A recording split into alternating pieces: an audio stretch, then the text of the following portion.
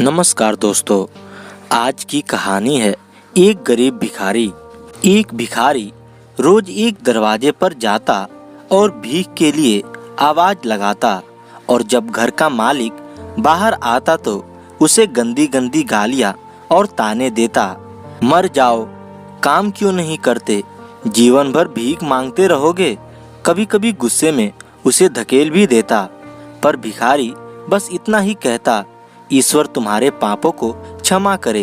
एक दिन सेठ बड़े गुस्से में था, शायद व्यापार में घाटा हुआ था।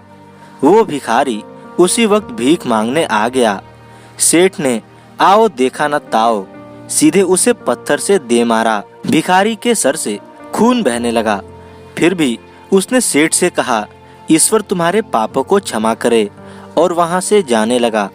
सेठ का थोड़ा गुस्सा कम हुआ तो वह सोचने लगा, मैंने उसे पत्थर से भी मारा पर उसने बस दुआ दी। इसके पीछे क्या रहस्य है जानना पड़ेगा। और वह भिखारी के पीछे चलने लगा। भिखारी जहाँ भी जाता सेठ उसके पीछे जाता। कहीं कोई उस भिखारी को कोई भीख दे देता तो कोई उसे मारता, जलील करता, गालियाँ देता, पर भिखारी इतना ही कहता, ईश्वर तुम्हारे पापों को क्षमा करे। अब अंधेरा हो चला था। भिखारी अपने घर लौट रहा था। सेठ भी उसके पीछे था।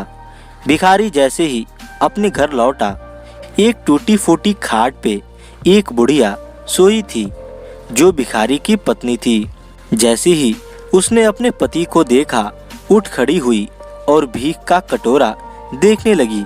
उस भीख के कटोरे में मात्र एक आधी बासी रोटी थी। उसे देखते ही बुढ़िया बोली, बस इतना ही और कुछ नहीं, और ये आपका सर कहाँ फूट गया? भिखारी बोला, हाँ बस इतना ही, किसी ने कुछ नहीं दिया, सबने गालियाँ दी, पत्थर मारे, इसलिए ये सर फूट गया। भिखारी ने फिर कहा, सब अपने ही पापों का परिणाम है। याद है ना तुम्हें, कुछ वर्षों पहले हम कितने रईस हुआ करते थे, क्या नहीं था हमारे पास, पर हमने कभी दान नहीं किया। याद है तुम्हें वो अंधा भिखारी?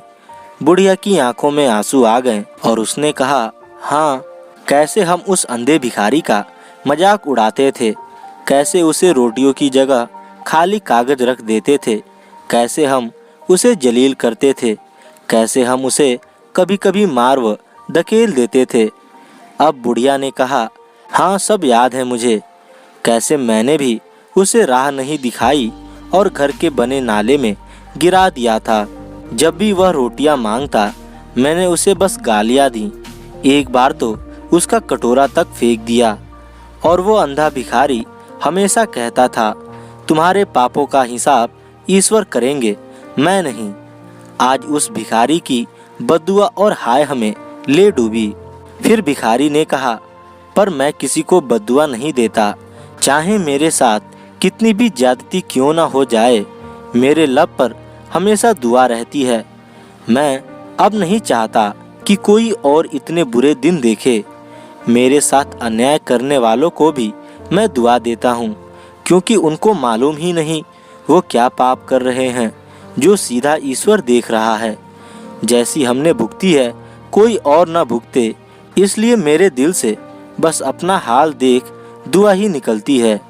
सेठ चुपके चुपके सब सुन रहा था। उसे अब सारी बात समझ आ गई थी।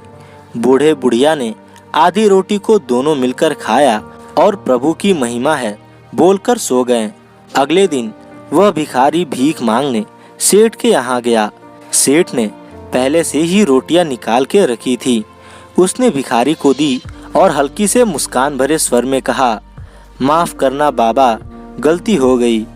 भिखारी ने कहा, ईश्वर तुम्हारा भला करे, और वो वहां से चला गया। सेठ को एक बात समझ आ गई थी, इंसान तो बस दुआ बद्दुआ देते हैं, पर पूरी वो ईश्वर, वो जादूगर कर्मों के हिसाब से करता है।